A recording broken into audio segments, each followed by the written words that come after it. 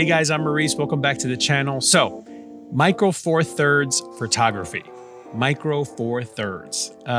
Whether you've kind of heard it out there in the photography world or you've never heard of this term before and you're curious about what is Micro Four Thirds photography or Micro Four Thirds or MFT or M43. So in this video, I'm going to try to answer that question, fill you in, whether you're new to Micro Four Thirds or you're an expert.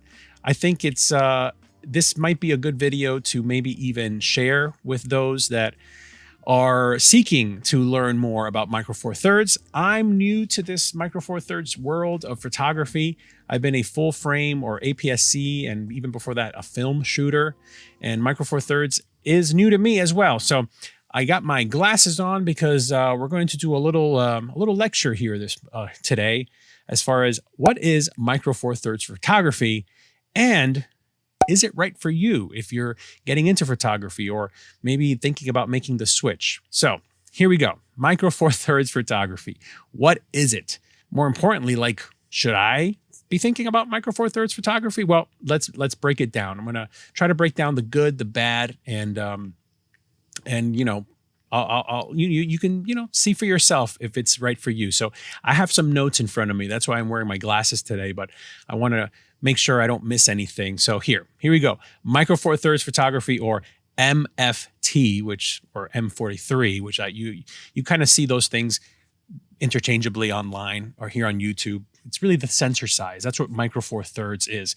It's the sensor size because it's smaller than full frame and it's smaller than APS-C. So it's the smallest of the three. And it was a format that was created by Olympus, which is now OM Systems, and Panasonic. They kind of joined forces to develop this, which is kind of rare that two camera companies would kind of join forces for a common good, which is create a new camera system and make money. So they created this Micro Four Thirds format, which is it's a 2x crop factor, which means basically it means that if you have a 25mm lens on a Micro Four Thirds camera, that lens really is like the equivalent of a 50mm on full frame.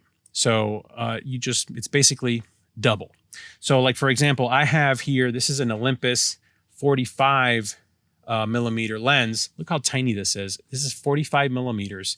This is the equivalent of a 90mm portrait lens, basically. Or right here, I have on my EM5 Mark II, this is the Olympus 17mm 1.8. And I did a whole video where I kind of talked about some photos that I took with this lens, and you can see for yourself the quality. And so this 17 would be like the equivalent of like a 34mm lens, which is like a nice kind of wide, not so much like a 50, but like, I think it's a great wide everyday lens, everyday focal length. But that's my opinion. Some people would say that's too wide. Some people would say they would want it wider, but to each its own, right?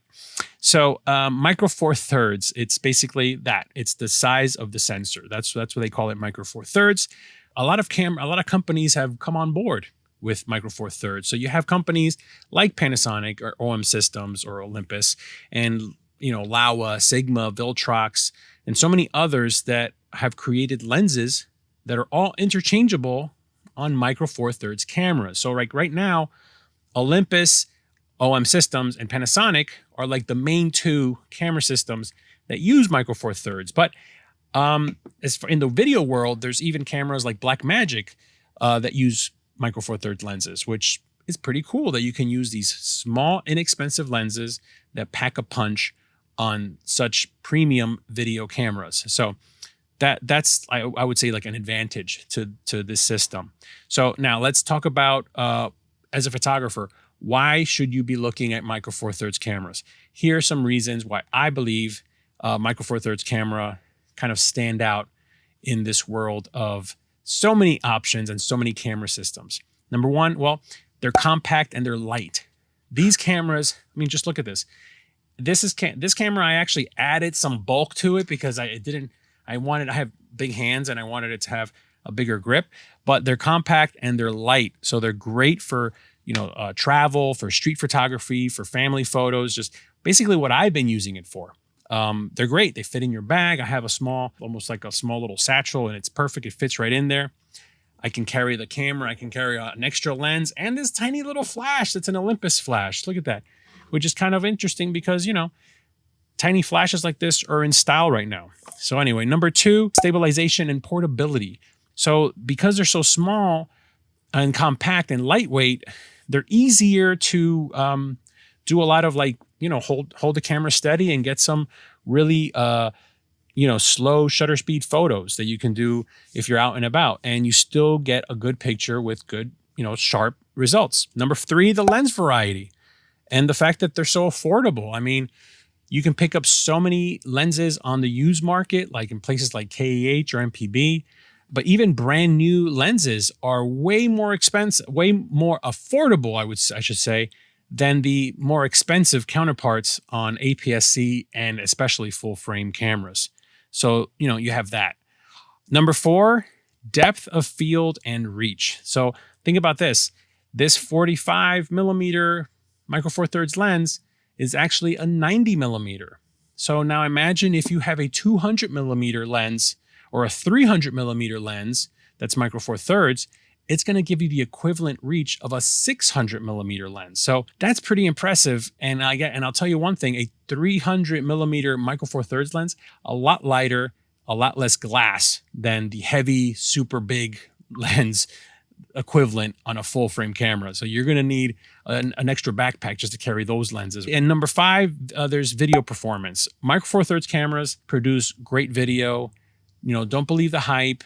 I've seen it for myself. Panasonic makes cameras like the GH5 and the GH6 that do amazing jobs doing high-end video.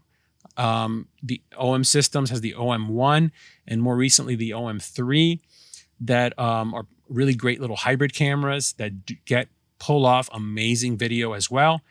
And the nice thing about cameras like Olympus and even Panasonic is their colors. Their color science is really great, and a lot of videographers enjoy it. A lot of videographers like that. They like the colors that they get out of a Micro Four Thirds camera. So those are some reasons why Micro Four Thirds are great, but there is a trade-off. There is a dark side to Micro Four Thirds. I mean, not a dark side, but definitely there is, the negatives of Micro Four Thirds. And number 1, that is the low light performance. Because the sensor is so small on a Micro Four Thirds camera, as opposed to like a full frame camera, you're not going to get as great low light performance as you would with like a full frame Sony or even an APS-C camera with a wide open lens. So yes, you're going to get a lot more noise if you're shooting in low light. However, I'll counter that by saying there are instances that I've noticed that even if you're not dealing with low light, the noise that you get in a Micro Four Thirds camera, which was what I've noticed, the noise looks more like film grain to me, which I think is pretty cool. So if you kind of like your photos to have a little bit of stylisticness to it, have a little bit more, uniqueness to it, I think that little bit of noise that you do get, it's kind of funky. It's kind of cool. So anyway, but as far as real low light photos, yeah, you're going to get better photos out of a full frame camera. Number 2, depth of field control. If you like really dreamy, blurry backgrounds and you like that bokeh or bokeh or as camera conspiracies would say, tone, well, you're going to get more of that in a full frame camera. However, sometimes I feel like that whole blurry background thing is it's been a little overhyped in the photographer world. And even here on YouTube, there's so many photographers that just make such a big deal about the blurry backgrounds that I think it takes away from like, what else can you do with this camera besides the blurry background? You know what I mean? So yes, but you will get blurrier, dreamier, creamier backgrounds on a full frame camera for sure. But I think the background blur that you get on a Micro Four Thirds is pretty decent in my opinion. And number 3, dynamic range. Full frame cameras still are like the best when it comes to the maintaining highlights and shadows and that detail and the details in the extreme, in no matter what lighting conditions you're in. Most photographers, though, and and even content creators and videographer, the difference in the real world uses, though, it's really up to interpretation. I have a video that you can check out right here on this channel where I took out this camera right here, the Olympus EM5 Mark II, and I went out with this and what I'm shooting on right here, which is the Sony a7 IV full frame camera. And I went out and I shot some photos, some street photography photos, and you can see for yourself the difference in the photos. Yes, does a full frame photo, if you zoom in enough, have more dynamic range? Probably. Can you tell the difference? You be the judge. Check out that video and find out. So, is Micro Four Thirds right for you? You got to ask yourself some questions. If you're considering Micro Four Thirds, do you want the super duper bestest quality, or do you like the fact that Micro Four Thirds is a more portable, budget-friendly option? Do you want a big, heavy camera? Are you okay with that? Or would you prefer something lighter that you can really carry at all times? And honestly, it's a little bit more fun. It's up to you. There's no right or wrong answer there. It's really up to you. Do you want stabilization and lens options that don't break the bank? You have to ask that question. If you can swing it and you can go full frame, then by all means. I mean, listen, I'll be the first to say this Sony a7 IV, I mean, the quality is amazing. The detail, the colors, I mean, not so much the colors, but the detail and the dynamic range are amazing. I personally, I'm dreaming, I'm kind of like goo and gagaing over the Panasonic S1, the Lumix S1, I should say. That's a full frame camera, but it's also compact. And the quality from what I've seen looks amazing. I can't afford it. I can't even afford this camera that I'm shooting on, this a7 IV, to be quite honest, to be completely frank. This camera is not mine. It's my job's camera, and I use it for work. I just have the ability to kind of have it on me at all times. Yeah, I wouldn't be able to afford this camera. I couldn't justify paying what this camera costs with the lens and the batteries and all that stuff. I mean, that's why I picked up this on the used market. But also ask yourself, what type of photography is it that you're doing? Are you a travel photographer? Is it just for family and friends? Are you a content creator and you just want to start doing some video clips and making some nice little montages? Or, what is it that you're doing? If you're a full-time professional commercial photographer and you're doing portrait sessions and all kinds of stuff, then yeah, as far as a business, you should have a full frame camera. That's what you should be shooting on. But for everything else, do you really need it? Maybe not. Maybe Micro Four Thirds is the answer for you. For my circumstance right now, it is for me. I would rather have a lightweight camera that I can carry with me. And I've been carrying this camera in a very small bag all the time now when I'm out with my family. I just bring it along. At the end of the day, Micro Four Thirds cameras and Micro Four Thirds photography, it's about fun and the freedom to just be able to go out at any time and take photos and make photos without worrying about how big the camera is or the bulk of how much room it takes or what bag you need to bring.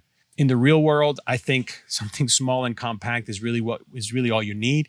This is why everybody uses their phone nowadays to take photos. So again, if you want to see some side-by-side comparisons, Micro Four Thirds and full frame, check out my video where I went out and I compared some photos that I took.